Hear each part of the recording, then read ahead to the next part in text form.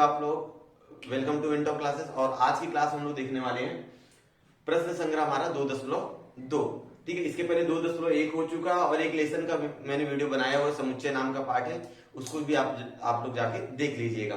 तो 2.1 पूरा हो गया। 2.2 के लिए यहाँ पर मैंने सबसे पहले लिख के रखा है अपरिमेय संख्या, अपरिमेय और वास्तविक संख्या। ठीक है, तो 2.2 स्टार्ट करने से पहले उसके बेसिक जो चीजें होती हैं उनको समझना बहुत ज्यादा जरूरी है कि बेसिक चीजें क्या है, जिनको समझने के बाद हमको 2.2 समझने में और आसानी होगी। तो क्या होता है अपरिमेय संख्या और क्या होती है वास्तविक संख्या। तो अपरिमेय संख्या के बारे में मैंने पिछले वीडियो में बताया हुआ कि भाई मतलब वे सारी संख्याएं जो परिमेय संख्या नहीं है। ठीक है, परिमेय संख्याओं को छोड़कर जो संख्याएं बचती है वो क्या रहेंगी आपकी अपरिमेय संख्या। कहने का मतलब क्या है, जब आप किसी संख्या को किसी दूसरी संख्या से भाग देते हो और आंसर जो है उसका अखंडित आता है, अखंडित आवर्ती आता है, मतलब वो रुकेगा ही नहीं। जैसे मान लीजिए आपके पास करनी में 2 है, क्या है बच्चों करनी में 2, तो करनी में 2 का मान कितना आएगा आपके पास, तो 1.142 143 ऐसे डॉट डॉट डॉट डॉट आते जाएगा। समझ में आ रहा है। करनी में 3 का मान अगर आप निकालने जाओगे तो इसका मान आ जाएगा स्टूडेंट्स आपके पास 1.732 डॉट डॉट डॉट। तो इन संख्याओं का क्या कहा जाएगा, इन संख्याओं को अपरिमेय संख्या कहा जाएगा। जो अखंडित रहेंगी और जो कभी रुकेंगी नहीं उनको क्या कहा जाएगा, अपरिमेय संख्याएं कही जाएंगी। बराबर। और याद रखिएगा मतलब वे सारी संख्याएं जो करनी में है और अभाज्य संख्याएं, करनी में अभाज्य संख्या है तो उन सभी संख्याओं को भी हम लोग परिमेय संख्या कह सकते हैं। या तो आप बोलिए पाई का मान कितना होता है 3.143 ऐसे कुछ तो होता है। ठीक है ना, बढ़ते जाता है, कभी रुकता नहीं है। फिर आप लोग को मालूम है भाई ई का मान 1 कुछ समथिंग होता है। ठीक है, उलर नंबर होता है इसको। तो ये जो सभी संख्याएं हैं जो कभी रुकेंगी नहीं इनको क्या कहा जाता है, परिमेय संख्या, अपरिमेय संख्या कही जाती है।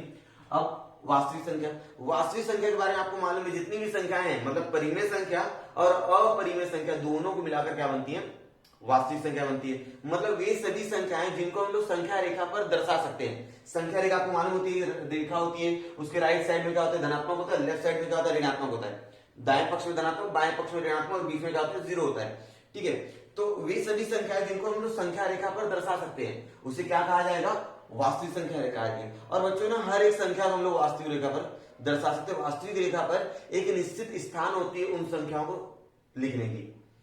ठीक है, चाहे वो परिमेय संख्या रहे, चाहे अपरिमेय संख्या रहे, चाहे सम संख्या रहे, विषम संख्या रहे, कोई भी संख्या रहे, सबकी सब संख्या हम लोग वास्तविक संख्या पर दर्शा सकते हैं। ठीक है, तो अभी हम लोग सबसे पहले क्या करने वाले हैं कि अपरिमेय संख्या लेंगे हम लोग एक, और उसको सिद्ध करेंगे कि वो अपरिमेय संख्या क्यों है। ठीक है, तो जैसे यहां पर मैं एक एग्जांपल ले लेता हूं कि करनी में 2 यह अपरिमेय संख्या क्या है बच्चों, अपरिमेय संख्या। कैसे सिद्ध किया जाएगा इसको, तो देखो 2 मेथड होता है सिद्ध करने का, एक प्रत्यक्ष विधि और एक अप्रत्यक्ष विधि। हिंदी में कहा जाता है प्रत्यक्ष विधि और अप्रत्यक्ष विधि। तो इसको मैं अप्रत्यक्ष विधि से करूंगा। जैसे आप अगर इंग्लिश में देखो तो एक डायरेक्ट मेथड होता है, एक अल्टरनेट मेथड होता है। ठीक है, तो डायरेक्ट मेथड से अलग होता है, अल्टरनेट मेथड से भी हो जाता है। तो मैं इसको अप्रत्यक्ष विधि मतलब अल्टरनेट मेथड से सॉल्व करूंगा। जैसे मैं मान लेता हूं हल करने के लिए सबसे पहले क्या काम करेंगे, अब हमको मालूम है करनी में 2 अपरिमेय संख्या, लेकिन ये कैसे है ये आपको सिद्ध करके दिखाइए। ठीक है ना, कैसे है, तो अपरिमेय संख्या तो सबसे पहले मान लेता हूं कि करनी में 2 जो है ना, करनी में 2 यह परिमेय संख्या क्या है बच्चों, परिमेय संख्या है। अगर मैं इसको परिमेय संख्या मानता हूं, मान लीजिए उल्टा मान लीजिए और सॉल्व करने की कोशिश कीजिए, तो करनी में 2 ये रहेगा p/q के अनुपात में, क्योंकि जो परिमेय संख्या होती है उनका अनुपात जो होता है p/q होता है। तो यहां पर क्या आ जाएगा कि p और q यह पूर्णांक संख्या है। क्या है, पूर्णांक संख्या है। जहां जो q का मान है वो 0 नहीं होना चाहिए, q का मान 0 नहीं होना चाहिए, मतलब बटे में 0 नहीं आना चाहिए। और p और q का कोई भी सामान्य विभाजक नहीं होना चाहिए। अगर वो परिमेय संख्या है तो कोई सामान्य विभाजक नहीं आएगा। p और q का कोई भी सामान्य विभाजक नहीं है। ठीक है। अब सुनो, पी और क्यू का कोई भी सामान्य विभाजक नहीं, मतलब जितनी भी परिमेय संख्या होती है अगर मैं उसको बटे में लिख दूं जैसे 2/3, तो इनका कोई सामान्य विभाजक है क्या? नहीं है, क्योंकि परिमेय संख्या है। अगर मैं 4/6 लिखूं तो ये परिमेय संख्या नहीं, क्योंकि कट रहा है। किससे कट रहा है? 2 से कट रहा है, 2 दूना 4, 2 3 6, ठीक है। 10/15 ये अपरिमेय संख्या है या नहीं है, क्योंकि ये कट रहा है। 5 दूना 10, 5 3 15, समझ आ रहा है। तो ऐसी संख्या जिनका सामान्य विभाजक ना हो तो उन्हें क्या कहा जाएगा? अपरिमेय संख्या कहेंगे। तो मैंने यहाँ पर करनी में 2 को क्या मान लिया? अपरिमेय संख्या मान लिया। अब दूसरा स्टेप जो है, ये तो पहला स्टेप हो गया कि आप दी गई संख्या को परिमेय संख्या मान लीजिए। अब दूसरा स्टेप रहेगा कि दी गई संख्या को आप क्या करो? स्क्वायर कर दो। करनी में 2 बराबर पी बटे क्यू का स्क्वायर, और यहाँ पर आएगा 2 का स्क्वायर। दोनों को वर्ग कर दो। दोनों पक्षों को वर्ग करने पर यहां लिखेंगे दोनों पक्षों का वर्ग करने पर, ठीक है बच्चों, एकदम अच्छे से देखिएगा। चलिए, अब करने में 2 का मान आपको मालूम है, आएगा आंसर 2 आएगा। पी स्क्वायर बटे क्यू स्क्वायर। अब क्या कर दीजिए बच्चों? तिरे गुणा कर दीजिए। तिरे गुणा करो, क्यू इधर जाएगा, क्या हो जाएगा? पी स्क्वायर बराबर 2 क्यू स्क्वायर। अगर आप लोग यहां पर देख रहे होंगे तो ये 2 से इसके अंदर गुणा है। अब अगर मैं कोई भी संख्या दूं, मैं 1 दे दूं, मैं 3 दे दूं, मैं 5 दे दूं, अगर इन संख्याओं में आप 2 से गुणा करते हो तो क्या बन जाएगा भाई? ये 2 हो जाएगा, 6 हो जाएगा, 10 हो जाएगा। मतलब ये सारी संख्या क्या हो जाएगी? सम संख्या हो जाएंगी। मतलब इन सभी संख्या में 2 से भाग जाएगा, जाते हो? इन सभी संख्या में 2 से भाग जाएगा। देखिए, तो पी स्क्वायर यह सम संख्या है। जब पी स्क्वायर सम संख्या है तो इसलिए पी यह भी सम संख्या है।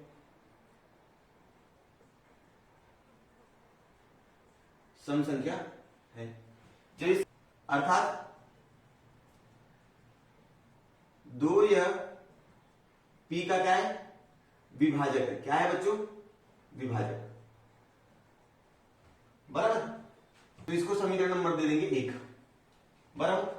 चलिए अब सुनिए, P बराबर 2m। m जो है यहां पर वो पूर्णांक संख्या है।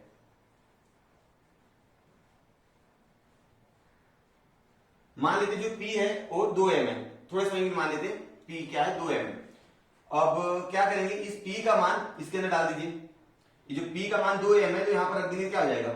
2m का स्क्वायर बराबर 2q का स्क्वायर। सही है। अब 2m का स्क्वायर कितना हो जाएगा? 4m square. 4m स्क्वायर बराबर 2q स्क्वायर। अब 2 से भाग दे दीजिए। 2 से जब आप भाग दोगे तो क्या हो जाएगा? 2m स्क्वायर बराबर q स्क्वायर। मतलब यहां पर क्या हो गया? q स्क्वायर बराबर 2m स्क्वायर आ रहा है। तो जैसे मैंने p के लिए यहां पर लाइन रिपीट की थी, वही चीज तो q के साथ भी दिख रहा है, देखो, ठीक है ना? यही लाइन सेम आ जाएगी q के लिए। तो मैं क्या बोलूंगा? q स्क्वायर यह क्या है बच्चों? सम संख्या। क्या है? सम संख्या है। क्यू स्क्वायर क्या है? सम संख्या है। और मैं इसके आगे यहां पर लिखता, थोड़ा मिटा दू इसको, तो हम लोग क्या बोलेंगे?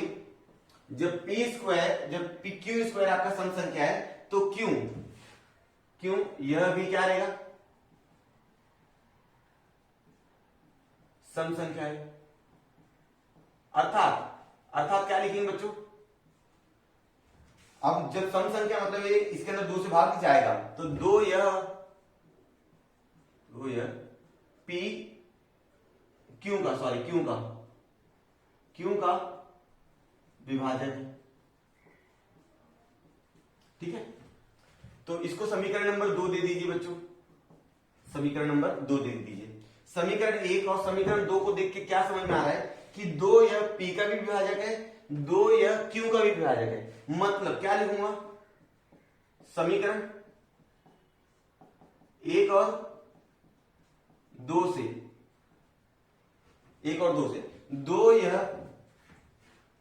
2 यह पी और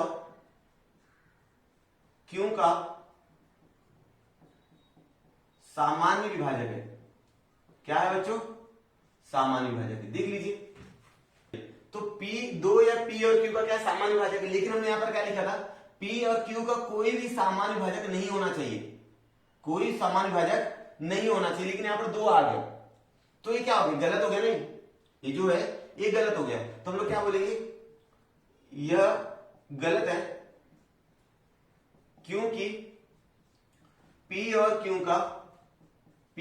का कोई भी सामान्य विभाजक नहीं है। ठीक है, नहीं है, क्योंकि P और Q का कोई भी सामान्य विभाजक नहीं है। ये गलत है, ये चीज, ये लाइन गलत बोल दी है कि उनका सामान्य विभाजक है। तो इसलिए मैं क्या बोलूंगा कि करनी में दो यह परिमेय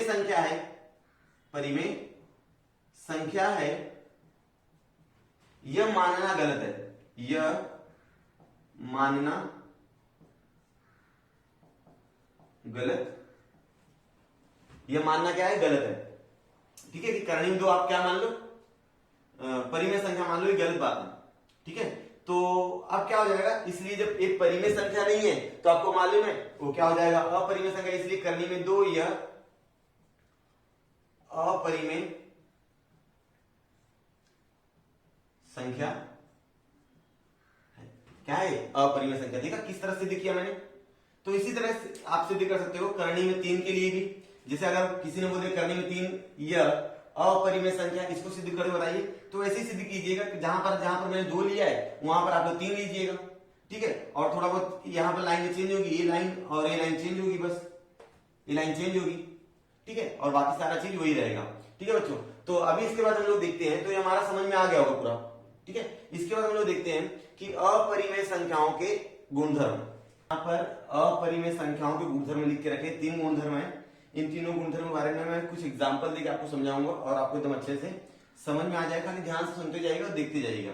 जैसे पहला गुणधर्म है कि परिमेय संख्या तथा अपरिमेय संख्या का योग अथवा व्यवकलन अपरिमेय संख्या होती है। ठीक है, व्यवकलन मतलब बच्चों क्या होता है कि घटाओ या घटाना, घटाते हैं ना लोग, किसी चीज सबट्रैक्ट करते हैं, उसको व्यवकलन बोलते हैं।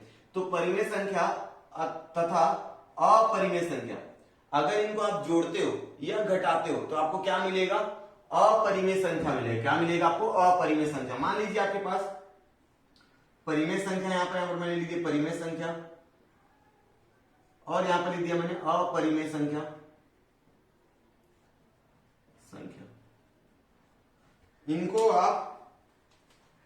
इनको आप जोड़िए या घटाइए, या तो जोड़ो या तो घटाओ, लेकिन आपको क्या मिलेगा, आपको मिलेगा अपरिमेय संख्या। क्या मिलेगा बच्चों, अपरिमेय संख्या।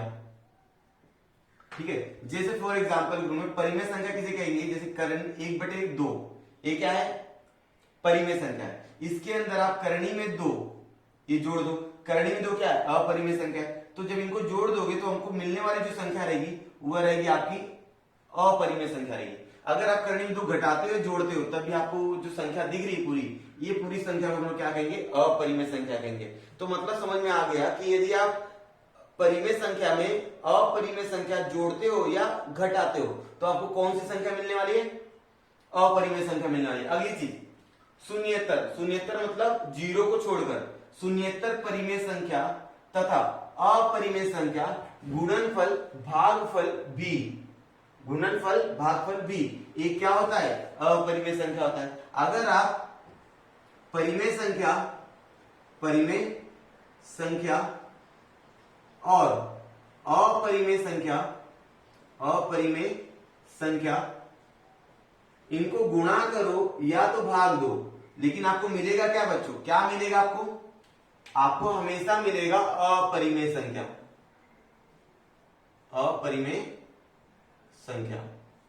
समझा, आप परिमेय संख्या और अपरिमेय संख्या गुणा करो या भाग करो, आपको क्या मिलने वाला है, अपरिमेय संख्या मिलेगी।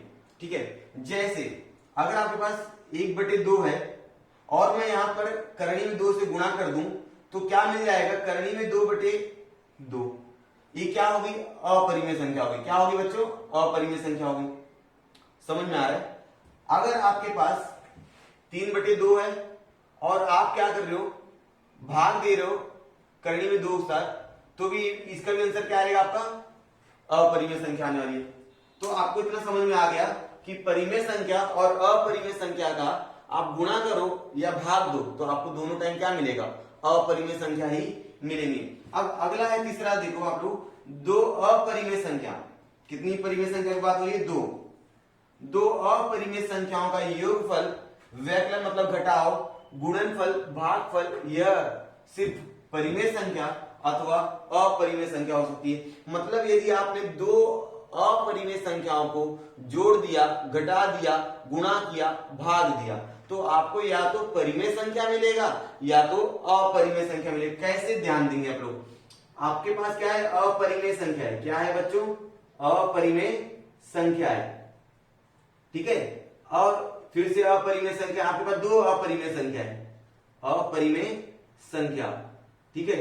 आप इनके अंदर गुणा करो, भाग दो, जोड़ दो, घटा दो, कोई भी चार में से कोई भी प्रोसेस करो आप, लेकिन आपको इससे दो जन मिलेंगे। कौन कौन मिलेगा? या तो वह परिमेय संख्या होगी, या तो वह परिमेय संख्या होगी, या तो वह अपरिमेय संख्या होगी, अपरिमेय संख्या होगी, ठीक है। अब ये तीनों में डिफरेंस क्या है? ये अगर इनकी बात करें तो ये दोनों का मिलके ये है, लेकिन यहां पर एक संख्या परिमेय थी, दूसरी अपरिमेय थी, एक संख्या परिमेय थी, दूसरी अपरिमेय थी, इसलिए मिलने वाली संख्या जो हमेशा थी अपरिमेय संख्या थी। लेकिन यहां पर दोनों अपरिमेय संख्या है, तो अपरिमेय संख्या मिलके या तो आपको परिमेय संख्या मिलेगी या तो अपरिमेय संख्या मिलेगी। जैसे जैसे मेरी बात ध्यान सुनना, आपके पास करनी में 2/2 है, गुणा कर रहा हूं करनी में 2/2, करनी में 2/2 क्या है?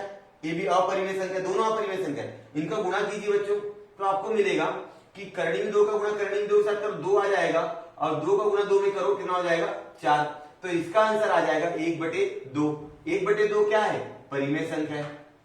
समझा कि आपने दो अपरिमेय संख्याओं का गुणा किया तो आपको क्या मिल गई? परिमेय संख्या हो गई। इसी तरह और भी एग्जांपल लेके आप लोग हल कर सकते हो। अभी वास्तविक संख्याओं के क्रम संबंध का गुणधर्म, मतलब जो वास्तविक संख्या होती है उनके क्रम संबंध में क्या गुणधर्म होता है, वे सारी चीजें मैं इसके बाद बताऊंगा।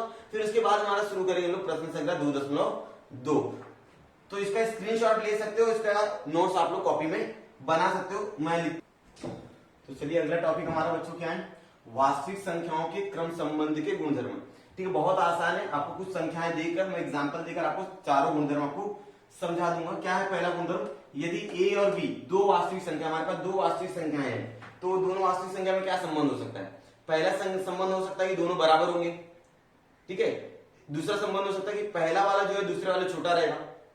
तीसरा संबंध हो सकता है कि पहला वाला दूसरे वाले से बड़ा रहेगा, ये संबंध हो सकता है। तो वही बोल दिया मैंने, या तो दोनों बराबर रहेंगे, या तो पहली वाली संख्या दूसरी से बड़ी रहेगी, या पहली वाली संख्या दूसरी से छोटी होने वाली, यही संबंध हो सकते हैं। तो आपको समझ में आ गया, बराबर। चलिए, तो यदि अब दूसरा देखो, यदि a जो है वो b से छोटा है और b जो है c से छोटा है। अगर मैं बात कर दूं, a की मान ले लो a, और b का मान ले लो 2, और c का मान ले लो 3, ठीक है। अब यहाँ पर क्या हो रहा है? a b से छोटा है, देखो a b से छोटा है, a का मान 1 है और b का मान 2 है। और b जो है, ये तो b जो है वो c से छोटा है, मतलब b किससे छोटा है? c से छोटा है, मतलब b का मान 2 है और c का मान 3 है। तो कहने का मेरा मतलब क्या है? a जो है वो c से भी छोटा रहेगा, ठीक है। चलिए अगला देख लीजिए, a जो है वो b से छोटा है, तो a प्लस c छोटा रहेगा b प्लस c से। मान लेते a का मान कितना आपके पास 1 है, b का मान 2 है और c का मान कितना 3 है। अब मैंने क्या बोला? a प्लस c छोटा रहेगा b प्लस c से। चलिए कैसे कैसे छोटा रहेगा? a का मान है 1, c का मान है 3, b का मान है 2 प्लस c का मान है 3, तो यहां हो जाएगा 4, यहां रहेगा 5, हो गया ना बराबर। मतलब आप किसी भी संख्या में कोई संख्या, समान संख्या जोड़ दो या घटा दो, कोई फर्क पड़ेगा क्या उसके अंदर? नहीं, उसका संबंध वही रहने वाला है। अब अगला लास्ट वाला, यदि a जो है वो b से छोटा है, अगर c यहां पर 0 से बड़ा रहेगा, 0 से बड़ा मतलब 1 2 3, तो a c जो छोटा रहेगा b c से, ठीक है। अब सुनिए, a का मान कितना हमारे पास? a का मान लीजिए 1 है, और c का मान कितना हमारे पास 3 है।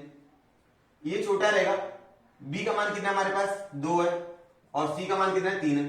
तो देखिए ये 3 हो गया और ये छोटा है 6, समझ में आ गया? कब? लेकिन जब c जो रहेगा वो 0 से बड़ा रहेगा, 0 से बड़ा मतलब धनात्मक संख्या रहेगा, तो ac हमेशा बड़ा रहेगा bc से। लेकिन यहां पर कंडीशन होनी चाहिए कि a जो है वो b से छोटा होना चाहिए। a क्या होना चाहिए? b से छोटा होना चाहिए, लेकिन यहां पर b से छोटा होना चाहिए।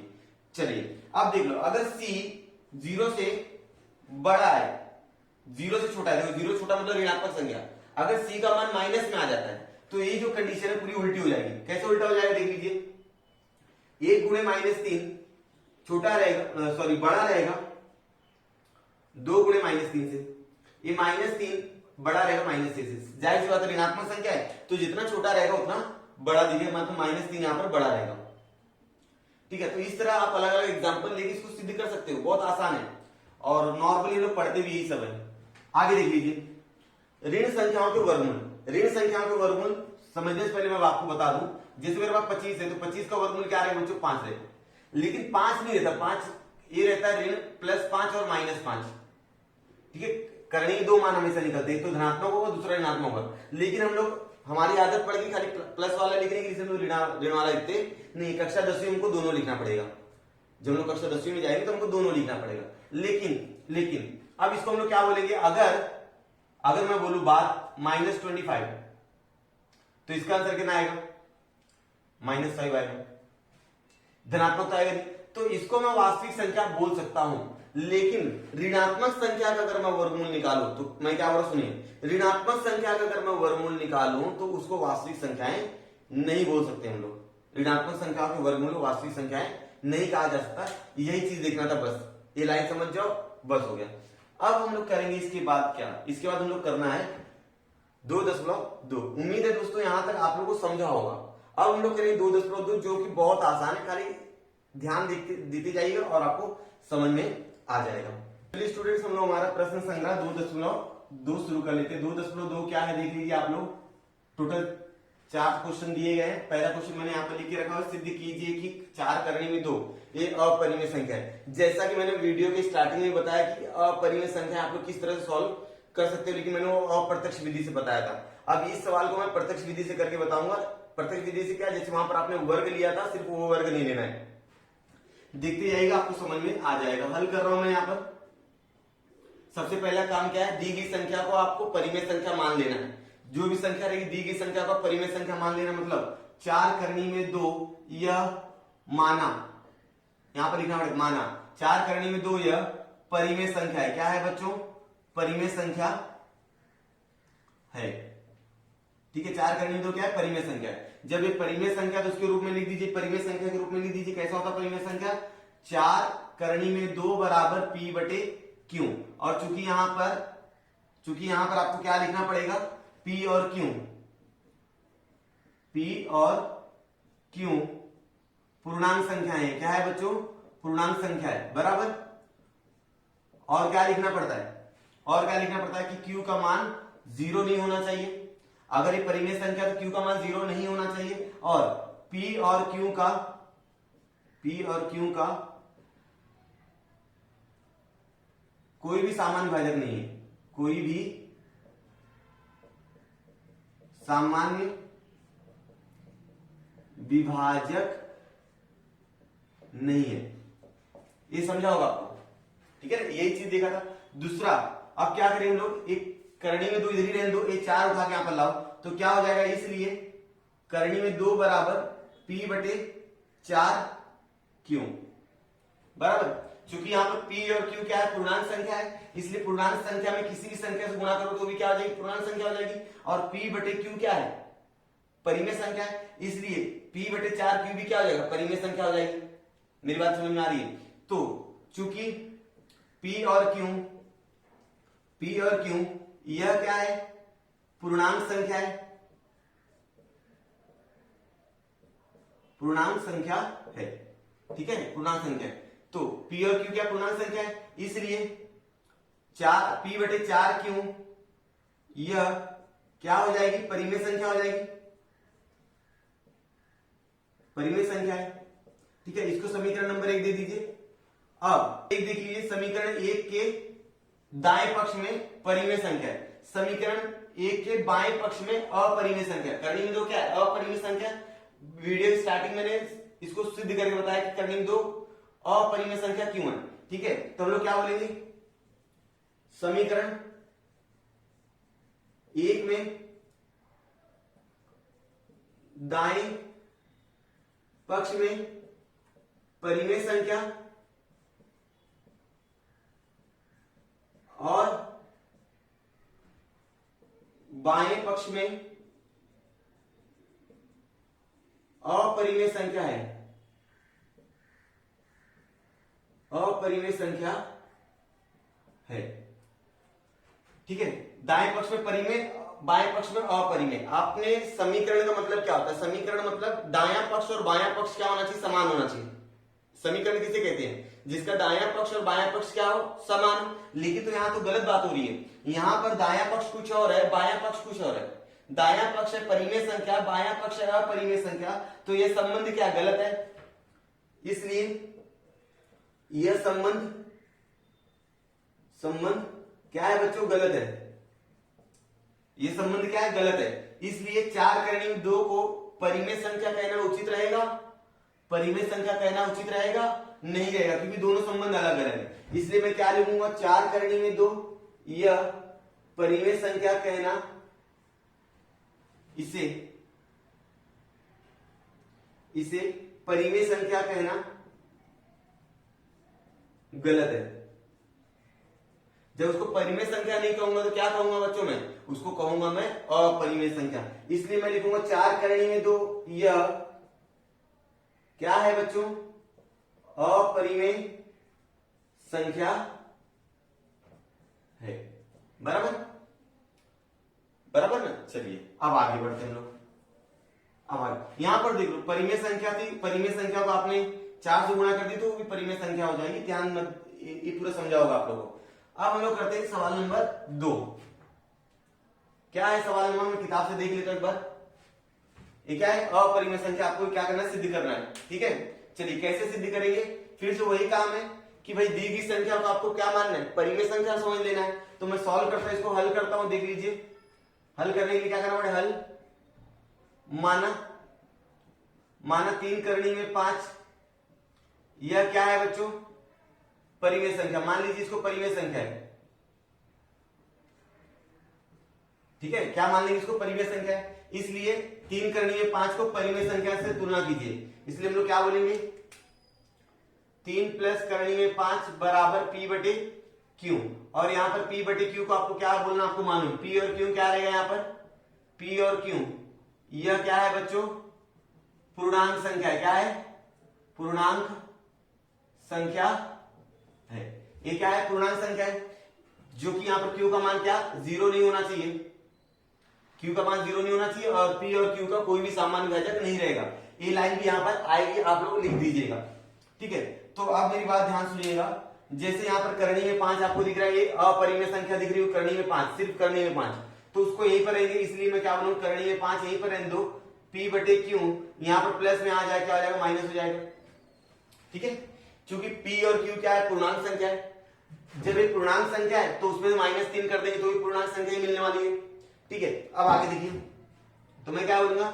P और Q यह पूर्णांक संख्या है। यह क्या है बच्चों? पूर्णांक संख्या है। इसलिए P बटे Q -3 क्या रहेगा? पूर्णांक संख्या रहेगा। अब P बटे Q क्या है? परिमेय संख्या है। आप किसी भी परिमेय संख्या में से कोई भी पूर्णांक संख्या घटा दो, परिमेय संख्या मिलेगी। जिसमें एग्जांपल के रूप में आपको बता दूं, जैसे 1/2 क्या है? परिमेय संख्या। इसमें 3 घटाइए, देखिए क्या मिलता है? 2 3 6, 6 में से 1 जाएगा -5/2। ये -5/2 क्या है? ये भी परिमेय संख्या। मतलब कहने का मेरा मतलब है, जब P बटे Q परिमेय संख्या बोल सकता हूं मैं, तो P बटे Q -3 को भी परिमेय संख्या बोल सकता हूं। यहां से देख लीजिए, मैंने एग्जांपल से समझा दिया। तो मैं क्या बोलूंगा? इसलिए P बटे Q -3 यह क्या हो जाएगी? परिमेय संख्या हो जाएगी। परिमेय संख्या है। मेरी बातें समझ में आ रही है बच्चों आप लोगों को? ठीक है, चलिए अब आगे बढ़ते हैं। इसको समीकरण अगर मैं 1 समझ लूं तो समीकरण 1 में देखिए, जैसे यहां पर समीकरण 1 देखने के लिए मैंने बोला था, तो यहां पर भी देखिए समीकरण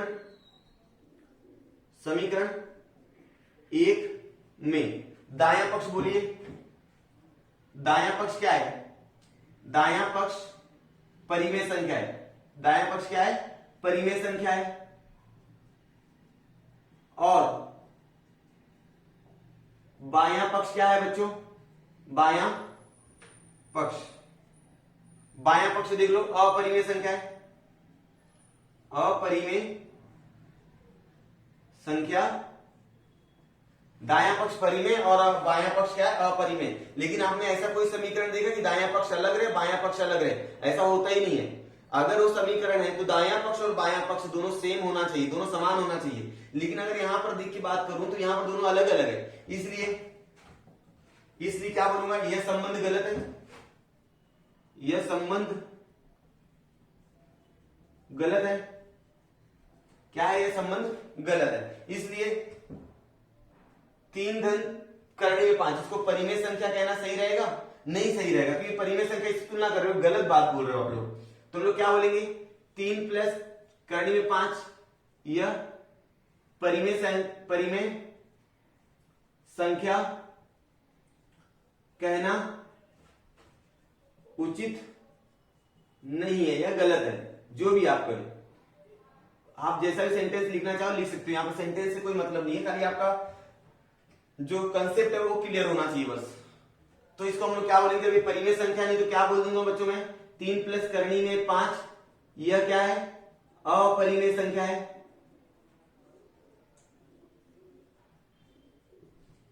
तीन प्लस करनी में 5 क्या होगा बच्चों, अपरिमेय संख्या होगी। इस तरह सवाल नंबर 1 और सवाल नंबर 2 दोनों सवाल आपको समझे होंगे बच्चों, ठीक है। अब हमारे पास सवाल नंबर 3 और सवाल नंबर 4 बचा हुआ है। सवाल नंबर 3 में क्या करना है हमको, कि कोई भी अपरिमेय संख्या रहेगी उसको संख्या रेखा पर किस तरह दर्शाओगे। हम लोग को क्या करना है, सवाल नंबर 3 में संख्याओं मतलब अपरिमेय संख्याओं को करनी में 5 और करनी में 10 को संख्या रेखा पर निरूपित करना, मतलब करनी में 5 और करनी में 10 जो है वह संख्या रेखा पर उनका स्थान कहां रहेगा ये आपको बताना है, ठीक है। एकदम सिंपल सा तरीका इसको करने का। जैसे अगर एक करनी में 5 की जगह करनी में 4 होता तो क्या इसका आंसर क्या आता बच्चों, 2 आता आंसर, सही बात है। अब करनी में 5 है मतलब 2 के बाद रहेगा इसका मान, ठीक है, 2 दशमलव में कुछ तो आएगा, यह संख्या रेखा में 2 के बाद आएगा, समझ में आ रहा है ना।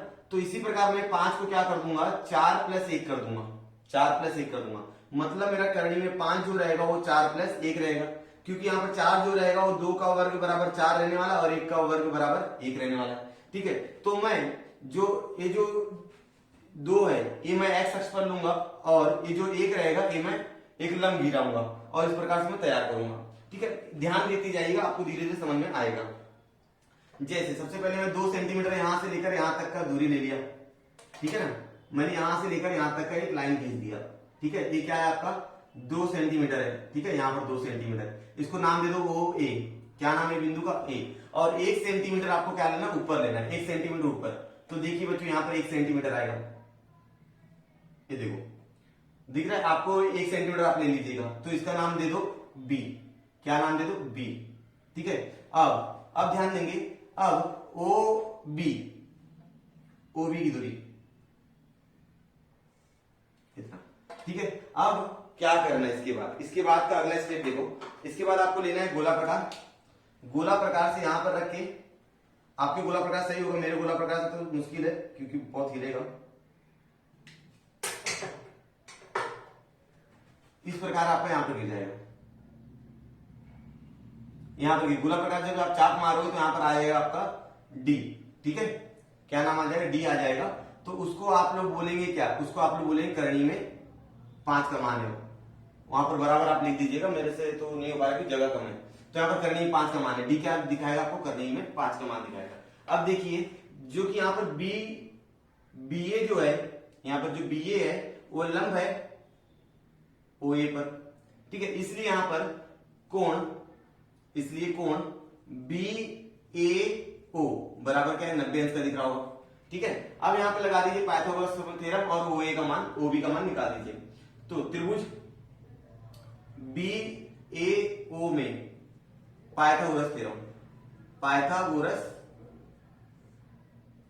प्रमेय, ठीक है, पाइथागोरस प्रमेय लगा दीजिए। क्या होता है, बीओ का स्क्वायर बराबर AB का स्क्वायर प्लस AO का स्क्वायर, ठीक है। AB का मान कितना हमारे पास, AB मतलब ये लंब, उसका मान हमारे पास 1 है और OB का मान हमारे पास 2 है, तो 2 का स्क्वायर कितना हो जाएगा इधर बच्चों, 5 हो जाएगा।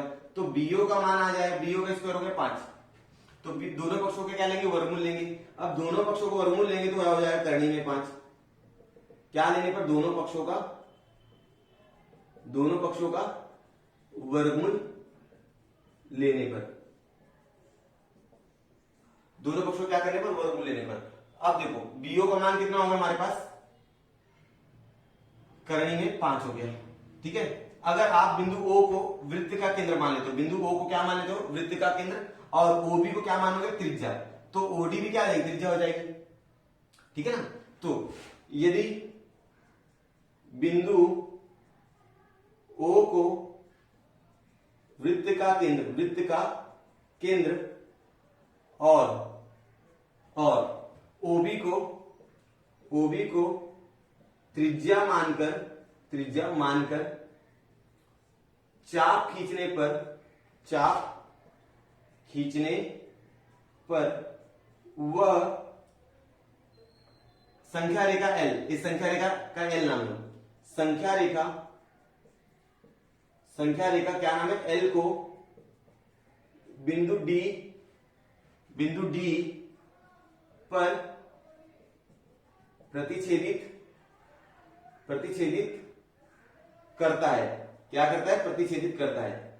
ठीक है, तो बिंदु D, इसलिए बिंदु D यह संख्या रेखा पर करनी में 5 दर्शाता है। समझ में आ गया होगा बच्चों, संख्या D जो है, वो बिंदु जो D है उस संख्या रेखा पर क्या दर्शाता है, करनी में 5। मतलब यहां पर ये जो जगह है ये क्या है, करनी में 5 का मान रहेगा। ठीक है, तो इसी प्रकार जैसे आपने करनी में 5 के लिए सॉल्व किया है, उसी प्रकार करनी में 10 के लिए सॉल्व करेंगे। जैसे करनी में 10 जो है वो अगर 9 होता तो उसका वर्गमूल 3 आता, तो उसको मैं 9 + 1 कर देता हूं। 9 + 1 करने का मतलब क्या है कि भाई ये 3 का वर्ग रहेगा 9 और 1 का वर्ग रहेगा 1। ठीक है, तो अब मुझे जीरो से मतलब यहां से लेकर यहां तक की दूरी 3 इकाई लेनी है। कितनी लेनी है, 3 इकाई ले लेनी है। इसके बाद मुझे क्या करना है कि मुझे यहां पर 1 इकाई का क्या करना है, लंब खड़ा कर देना वहां पर। तो आप लोग क्या करोगे, 3 पर ले जाओगे और 1 इकाई का क्या करोगे, वहां पर लंब खड़ा कर दोगे इस तरह से, और यहां से O से लेकर इसकी दूरी यहां पर मिला दोगे। अब इसका नाम दे दोगे आप लोग, चलो इसका नाम दे दो Q और इसका नाम दे दो A। ठीक है, अब आप लोग क्या करोगे, गोला प्रकार में दूरी लोगे और यहां पर रखोगे, गोला प्रकार दूरी लेके यहां पर रख के ऐसा काट दोगे, तो ये काटने पर यहां पर आके गिरेगा, बराबर, यहां पर आके गिरेगा, और वो मान आपको दर्शाएगा D बराबर है करनी में 10। कितना मान दर्शाएगा वो, करनी में 10 मान दर्शाने वाला है। कैसे होगा देखते जाइए आप लोग। तो हम लोग क्या बोलने वाले हैं कि QA आपने लंब गिराया किस पर, OA पर। ठीक है, और यहां पर QAO कोण QAO ये हो जाएगा आपका 90 अंश, बराबर, देख रहे हो आप लोग, QAO यहां पर 90 अंश दिखेगा। अब उसके अंदर लगा दीजिए पाइथागोरस का प्रमेय और निकाल लीजिए आप लोग OQ का मान निकाल लीजिए आप लोग। देखिए कैसे आएगा, ध्यान देना। अब क्या, कौन सा त्रिभुज बोल रहा हूं मैं, QAO या OAQ बोल दो आप लोग। OAQ में कौन सा प्रमेय लगा रहे हो, पाइथागोरस प्रमेय से। अब पाइथागोरस प्रमेय लगाओगे तो क्या हो जाएगा, OQ का स्क्वायर बराबर OA का स्क्वायर प्लस AQ का स्क्वायर।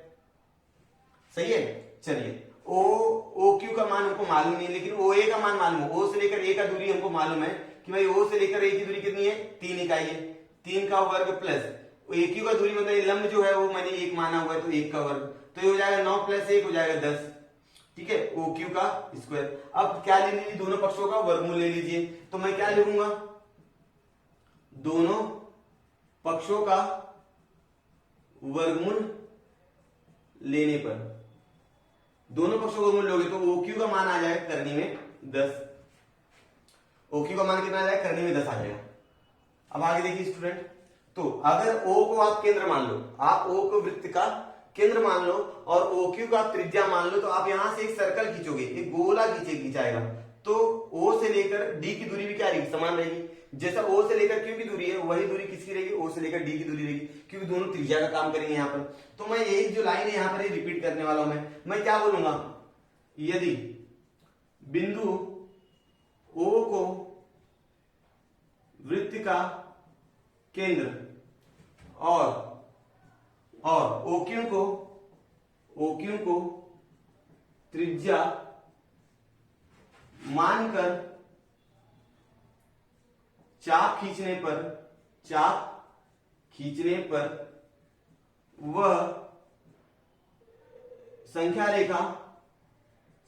रेखा को बिंदु D पर प्रतिच्छेदित करता है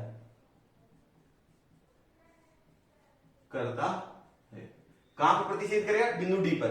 इसलिए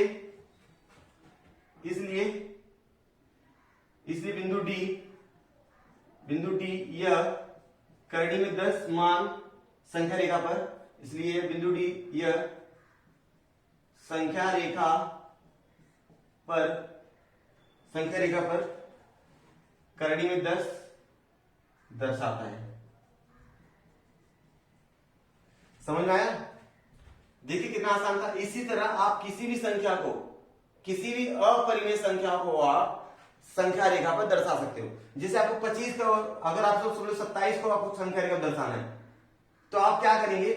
25 प्लस 2 करेंगे, मतलब ये हो जाएगा 5 और ये हो जाएगा 2, मतलब 5 जो रहेगा वो आपको नीचे लेना और 2 यहां पर खड़ा करना लंब।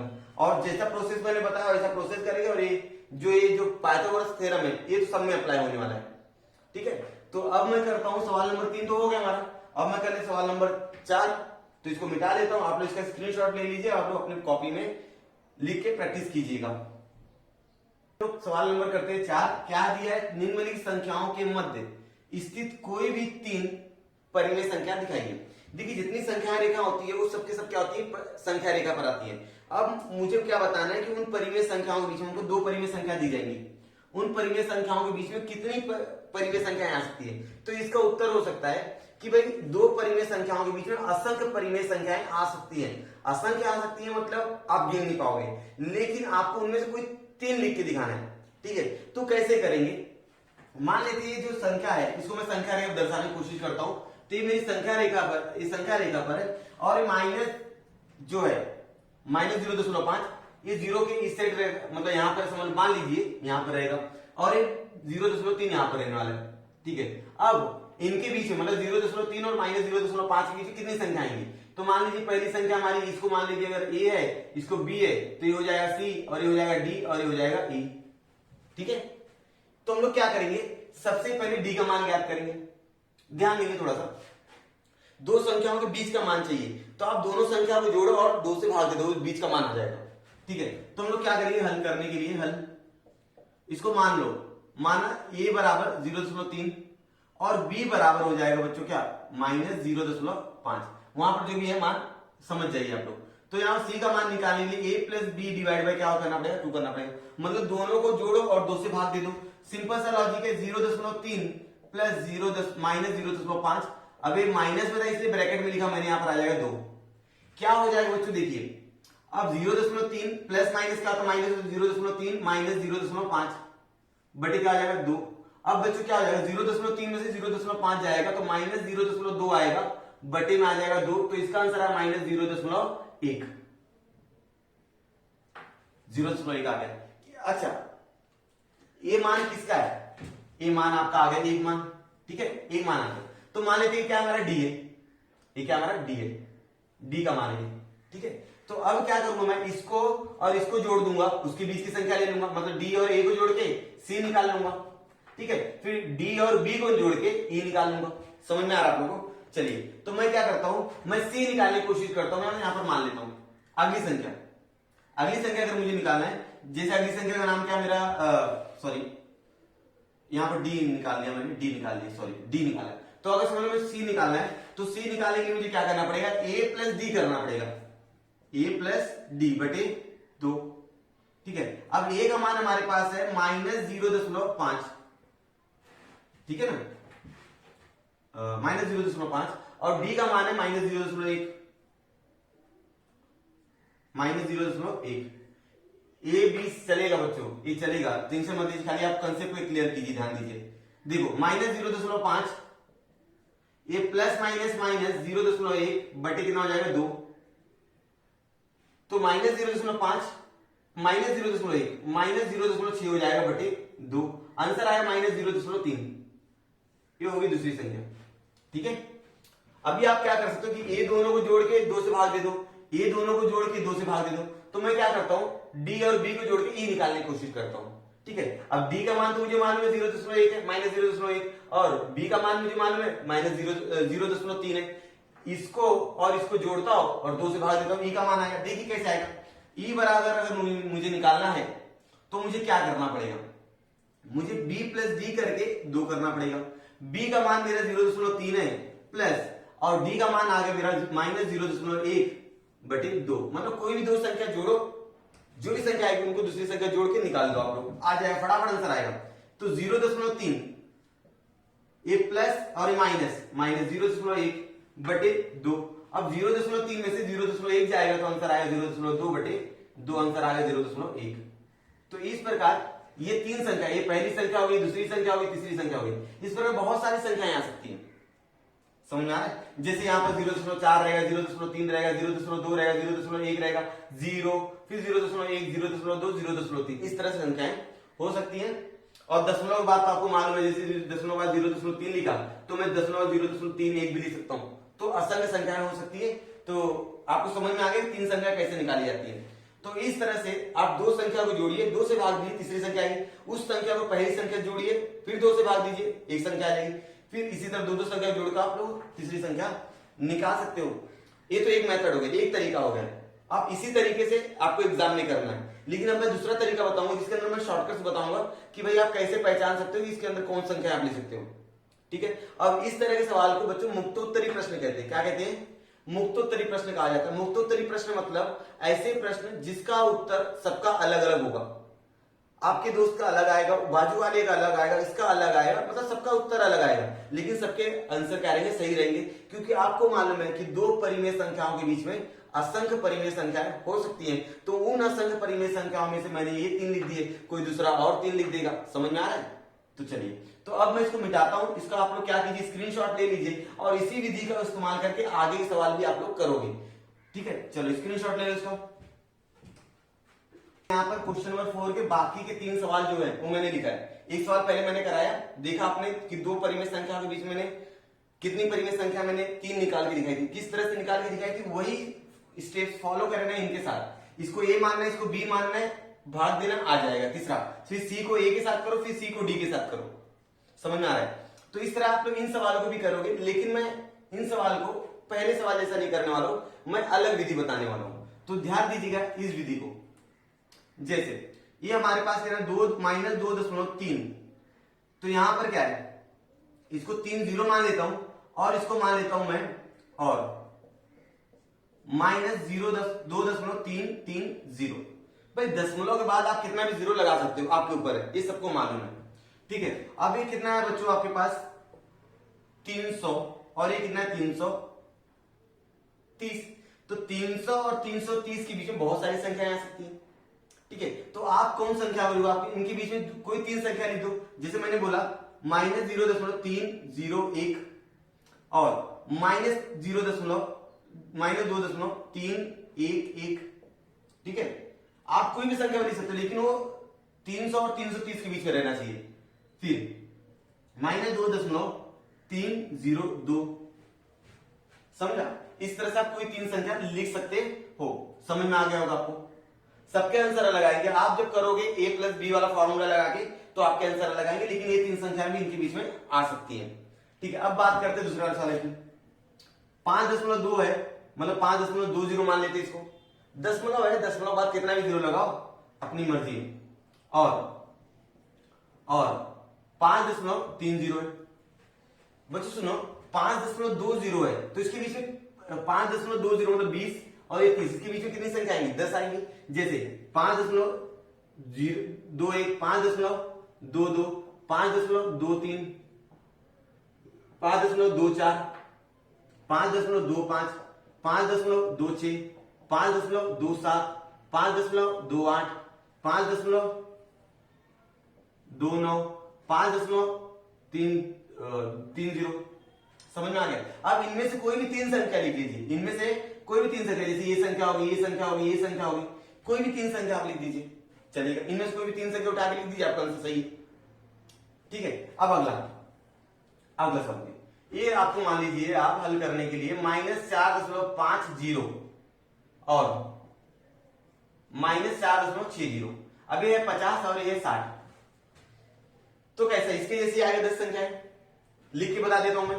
जैसे -4.51, -4.52, -4.53, -4.54, -4.55, -4.56, -4.57, -4.58, -4.59 और -4.60। ठीक है, तो इतनी संख्या आएगी। अब इनमें से आप कोई भी संख्या लिख दीजिए, आपके ऊपर है। ए लिख दो, ए लिख दो, ए लिख दो, कोई भी 3 उठा के लिख दो। समझ में आ गया? तो इस तरह से आप लोग किसी भी दो परिमेय संख्याओं के बीच में असंख्य परिमेय संख्या होती है, आपको कोई भी 3 लिखना आ जाना चाहिए। मैं बोलूंगा इन सवालों को आप पहले वाला जो सवाल कराया था a प्लस बी वाला, a plus b divide by 2, मतलब दोनों संख्या जोड़ो, 2 से भाग दो, फिर एक संख्या आएगी, फिर उसको पहली संख्या जोड़ो, 2 से भाग दो, फिर उस संख्या तीसरी संख्या जोड़ो, भाग दो। इस तरह से सवाल कर सकते हो आप लोग। तो उम्मीद है दोस्तों आप लोगों को पूरा वीडियो पसंद आया होगा। थोड़ा सा लंबा वीडियो बनाए, लेकिन पूरा वीडियो अगर आप लोग देखे होंगे तो आपको पूरी चीज क्लियर हुई होगी, और आप 1 से 2 बार प्रैक्टिस करोगे तो आपको पूरा समझ में आ जाएगा। ये था हमारा 2.2। तो अगर आपको पसंद आया तो आपको क्या करना, अपने दोस्तों के साथ इस वीडियो को ज्यादा ज्यादा शेयर करो। मेरे वीडियोस थोड़ा लंबे होते हैं, लेकिन पूरा एक ही वीडियो में समझाने की कोशिश करता हूँ। ये ना हो कि आप लोगों को ये चीज पढ़ने के लिए दूसरे वीडियो में, ये चीज पढ़ने तीसरे वीडियो में जाना पड़े। तो जो चीज है उस टॉपिक के रिलेटेड पूरा उसी वीडियो में बना दूं। तो अगर आपको पसंद आया तो आपको दोस्तों के साथ शेयर करना, और वीडियो और अच्छा लगे तो आपको एक लाइक कर देना है। और हम लोग मिलते हैं नेक्स्ट वीडियो में 2.3 के साथ।